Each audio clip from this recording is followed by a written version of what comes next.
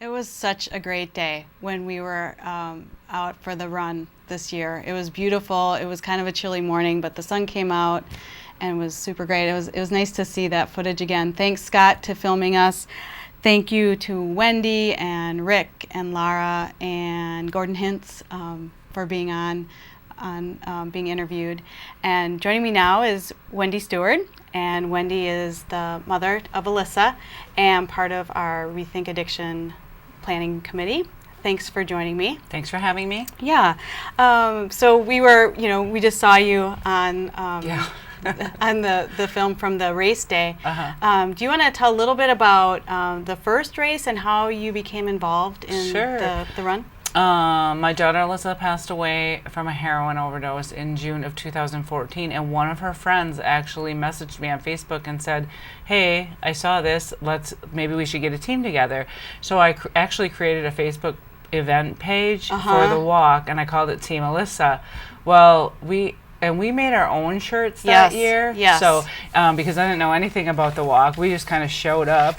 And we ended up selling 160 shirts that year. And all those proceeds went to, I have my own foundation for Alyssa, and those proceeds go to the different treatment centers. I make St. Nick bags and different things for those, so that's what I used for that. But we ended up selling 160 shirts, and I think we had about 70 people at the race that year. Yeah, it was amazing. It kind of went viral. It kind of did. Yeah. And when we showed up, I mean, people just knew. I think you came up to me and you said, "Are you from that team that went by?" I'm like, yeah. And so then it was just such a great event because I had just lost my daughter, didn't know where to turn, and met people who maybe were in my same situation, who had been in recovery. I found resources there. I found things to get involved in to help me through my process, and that really helped. I felt like I was doing something, so that's why I became part of the committee, the team coordinator. Yeah.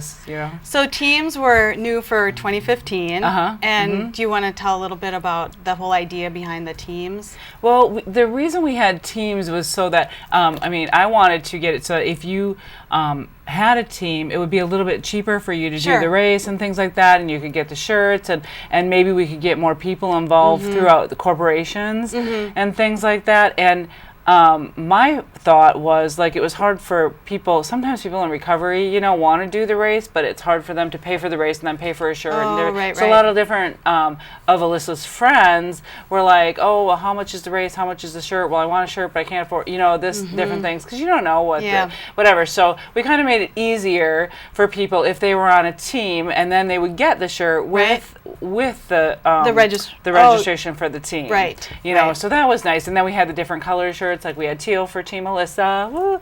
And then I know we had Team Megan, which was pink, and Team Elliot, I think they were blue. And so there's all kinds of different teams, and it really worked out well because I think it brought more people out and showed just unity amongst coworkers and being there for the cause. So. And that's a way that you can honor somebody that's either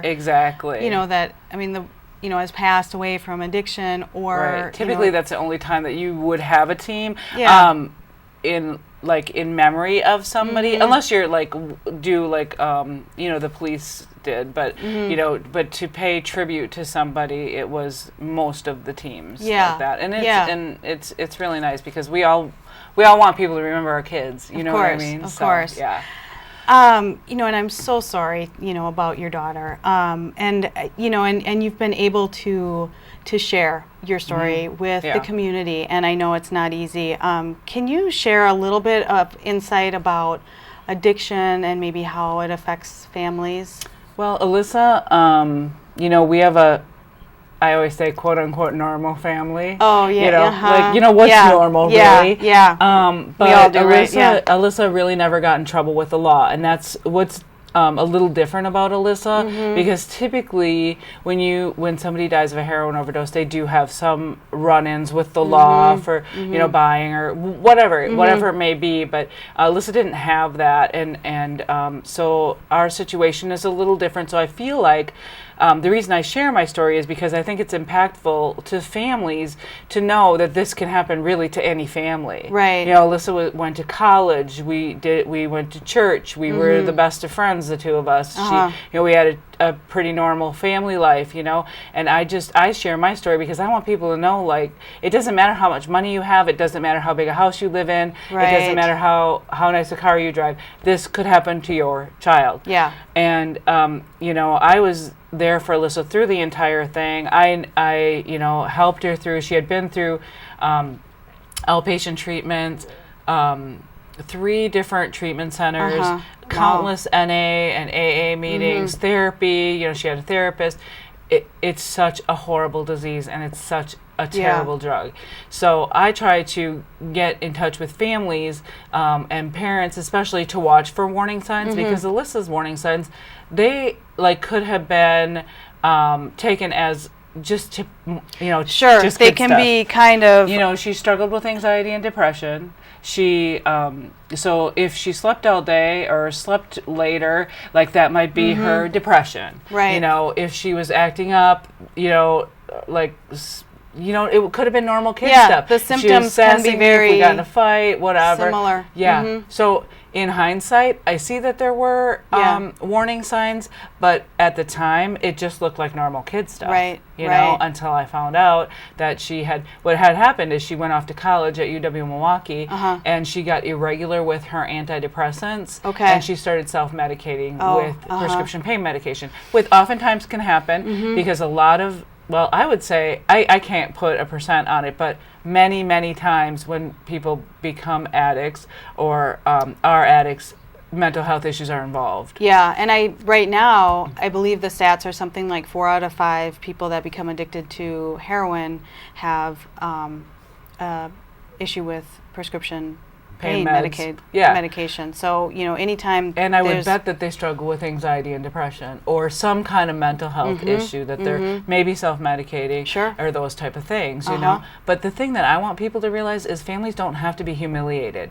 Right. This can happen to any family. And I think people are starting to realize that. And I think it's making it easier for families to come forward. But events like this can create awareness, and you can find resources, and you can find support. You can find other people who are going through the same thing you're going through. I had many people come up and introduce themselves to me just to say, oh my gosh, this happened to me too, and can we get together sometime? I just need somebody to talk to, And I just want to make sure that we have enough time because when you speak of support, I want to have you speak about the Red Balloon Group. Right. The Red Balloon Group I started recently. Our first meetings were this month, and it's called the Red Balloon Group because Alyssa's funeral was on her 21st birthday, and we did a balloon release, and we attached cards that said, please let us know if you find one, whatever, with their picture on it. And one red balloon ended up in a cherry orchard in Michigan, and they sent us this beautiful picture of it.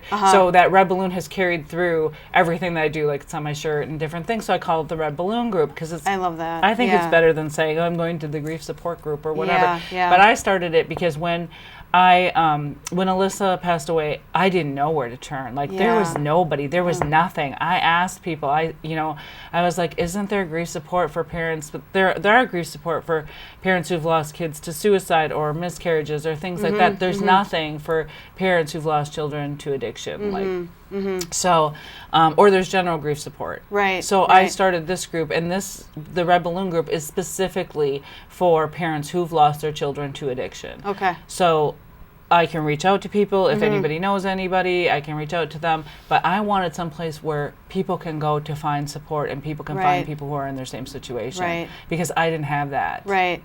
So, yeah. That's just amazing. I mean, and it is really important that we speak up about addiction, that it's not something to be, ashamed of. Well, and there's so many people on that side of it, trying to get kids not to use, trying to get parents to know the warning signs, and I do that too. There's nobody on this side of it. Right. There's nobody helping the people who've lost their kids. Yeah. So that's where I'm focusing my energy right now. I still do, all the other stuff too. Yeah. But this is the only group that I know of in the area that you can actually get support if your child passed away from addiction. Wow. So. Yeah. Thank you for, really filling a gap. That's it's an needed. unmet need in this area, I feel. Yeah.